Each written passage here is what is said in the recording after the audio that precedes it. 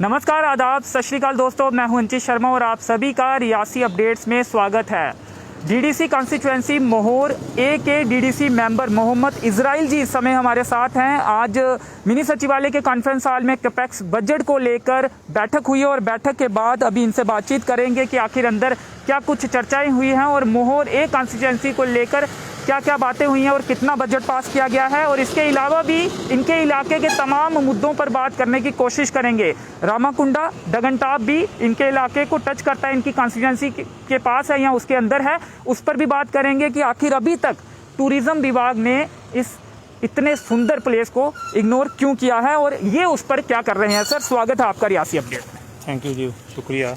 Mohammad Israel जी, क्या कुछ बातचीत अंदर हुई है और मोहर ए कॉन्स्टिट्यूएंसी की बात करें तो कितना पैसा वहाँ पे लगने जा रहा है, कितने बजट, किस तरह से बजट उस इलाके का बनाया गया है? देखिए, जहाँ तक वहाँ के बजट की बात है, आज कैपेक्स बजट प्लान पर डिस्कशन थी, उसके अप्रूवल के लिए बात हो रही थी और उस सिलसिले में हमारे सामने जो पीआरआईज़ का जो पहले बजट हमने अप्रूव किया था और उसके बाद जो हमारे बीडीसीज़ ने बनाया था वो, और उसके अलावा फिर आज डीडीसीज़ का जो प्लान जो है उसके अप्रूवल की बात हुई थी।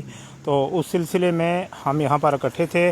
उसके बीच में इतना बहुत बड़ा कोई हमारे ज़िम्मेदारी में तो फ़िलहाल इन्होंने नहीं दिया था कि हम किसी बहुत बड़ा बजट हम ये रखते कि लोगों की बहुत बड़े पैमाने पर डेवलपमेंट हो जाती, तामीर व तरक्की के बड़े बड़े काम हो जाते। ऐसा तो नहीं था, लेकिन जितना सारा था उस पर काफ़ी सारी डिस्कशन हुई है। और हमने आज एक बात ये भी देखा कि जो हिंदुस्तान की गवर्नमेंट का जो एक मकसद था कि हम यहाँ पर डीडीसीज़ इलेक्शन करवाएं, और पहली बार इलेक्शन हुए थे और इनके ज़रिए से जो है डेवलपमेंट करने का जहाँ तक इशू था, तो पूरी यूटी से जो हमारी पहले रियासत जम्मू कश्मीर थी वहाँ उसमें इलेक्शन हुए और पूरी करीम चुन करके आई और बहुत अच्छे लोग आए हैं। हम तो अगर हम क्या है, मगर इसमें बहुत पढ़े लिखे लोग जो हैं वो इसके बीच में चुन करके आए हैं। और मुझे उम्मीद है कि अगर कहीं इलेक्शन होंगे आने वाले वक्त में तो बहुत सारे लोग जो हैं जम्मू कश्मीर में इन लोगों में से देखने को मिलेंगे। यानी कि जो डीडीसी मेंबर्स हैं वही विधायक भी बन सकते हैं। विधायक की इलेक्शन की बात, बहुत नौजवान लोग आए हैं, बहुत हम बिल्कुल नौजवान लोग जो हैं वो इसके बीच में आए हैं। तो इस सिलसिले में एक डिस्कशन हुई है और आज ये देखा गया है कि जितना सारा पैसा था उसकी बहुत बेहतरीन तरीके से प्लानिंग हुई है और बेहतरीन तरीके से लोगों के जो है डेवलपमेंट के काम हुए हैं। और आज बराबर पैसे का बंटवारा हुआ है हर कॉन्स्टिट्यूएंसी में या फिर जरूरत के हिसाब से पैसा? देखिए, ये छोटा सारा पैसा है जो है ये तो बराबर ही हुआ है, इसमें इतना फर्क नहीं है।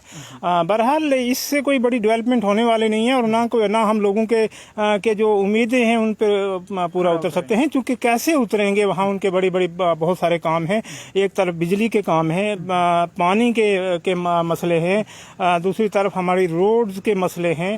अब हमने ये चाहा था कि जो जनरल बजट होता है उसके बीच में, चूँकि यहाँ असम्बली भी नहीं है, कुछ नहीं है, तो हमारी ये डिमांड है हुकूमत के साथ कि आप हमें उसके बीच में शामिल करें और हमारे जो प्लानिंग है उसके बीच में हमें शामिल किया जाना चाहिए ताकि हम सही तरीके से डेवलपमेंट कर सकें और उसमें हम हिस्सा लें, उसमें हम सही तरीके से काम करें। और जब से डीडीसी इलेक्शन हुआ है और पूरे जम्मू कश्मीर के बीच में एक ये चीज़ है कि हर गांव में, हर मोड़े में, हर एरिया में डेवलपमेंट की चर्चा ज़रूर हो रही है, चाहे गवर्नमेंट के पास पैसे कम हों या ज़्यादा हों, लेकिन उसकी चर्चा जो है वो हो रही है। कहना चाह रहे हैं कि उम्मीदें हैं लोगों को, ये कहीं ना कहीं कह रहे हैं बहुत ज़्यादा उम्मीदें हैं लोगों की बहुत ज़्यादा उम्मीदें हमारे साथ हैं। उन्होंने ये 3 टियर सिस्टम भी पहली बार देखा है, ये निज़ाम पहली बार देखा है और 73 अमेंडमेंट जो है वो पहली बार यहाँ पर लागू हुई है, लागू की है, लेकिन अभी उसकी इम्प्लीमेंटेशन, मैं ये कहता हूँ कि अभी उसकी इम्प्लीमेंटेशन ग्राउंड पर नहीं हुई है और हम चाहते हैं कि उसकी प्रॉपर तरीके से जो है इम्प्लीमेंटेशन हो जाए और फिर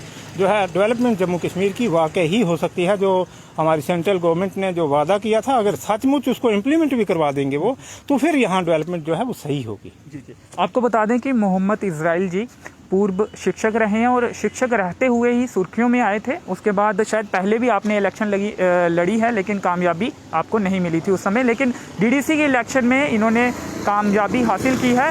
और डगनटाप और रामाकुंडा इलाका भी आपकी कॉन्स्टिट्यूंसी के पास पड़ता है, यहाँ अंदर भी आता है कुछ इलाका। उसको लेकर क्या कुछ चर्चाएं हुई हैं आपकी टूरिज़्म विभाग के साथ या फिर और किसी डिपार्टमेंट के साथ? क्योंकि जो वहाँ पे अगर खाने पीने की फैसिलिटीज़ मिलेगी या फिर और कुछ रहने की फैसिलिटी होगी तो लोग वहाँ पे ज़्यादा आएंगे, टूरिस्ट वहाँ पे ज़्यादा आएंगे, जिससे मोहोर की भी इकोनॉमिक जो स्थिति है वो कहीं ना कहीं स्ट्रांग होगी।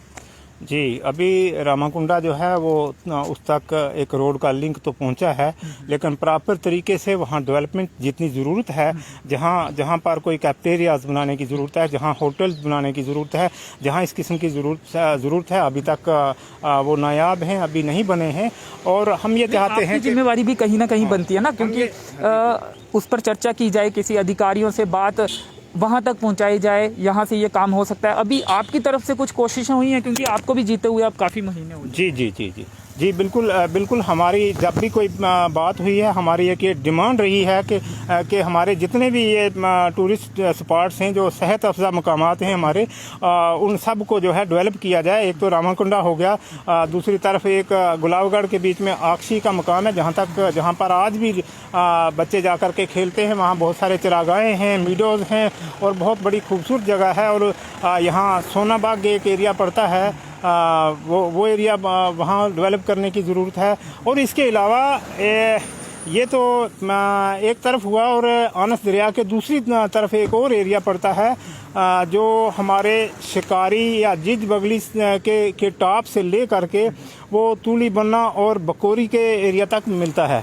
और वो एक ऐसा एरिया है जो बड़ा एक्सेसिबल एरिया है, आसानी के साथ वहाँ पहुँचा जा सकता है, लेकिन अभी तक रोडें जो हैं वो नहीं बनी हैं।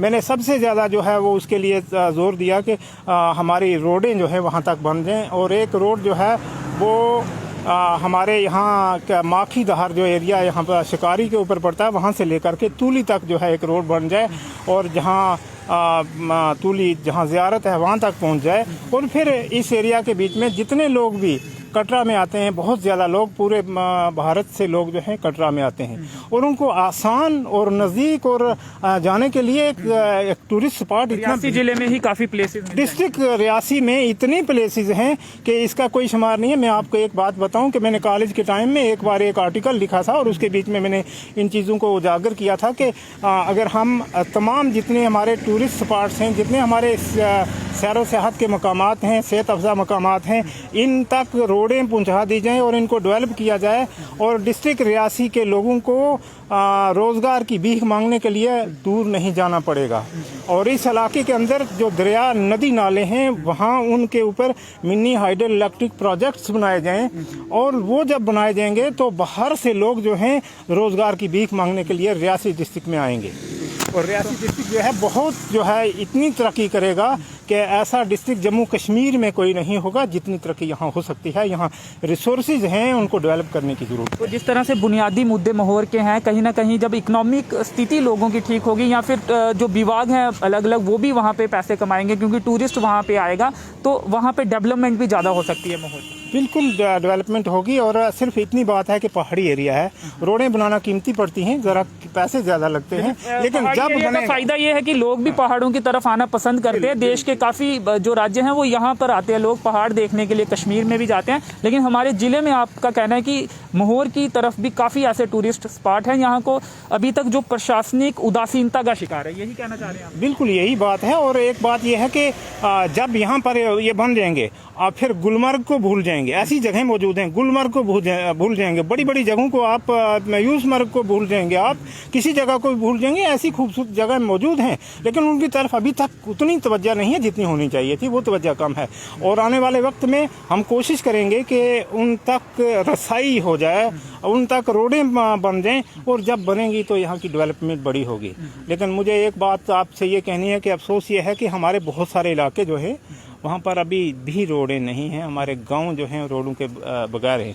आज भी हमारा ठिल्लू जो है वो, वहाँ के लोग जो हैं वो रोड के बगैर ही है, और वहाँ उनको दरिया पार करने के लिए पुल तक नहीं है, जबकि उनको खरोली के ज़रिए से लटक करके दरिया पार करना पड़ता है।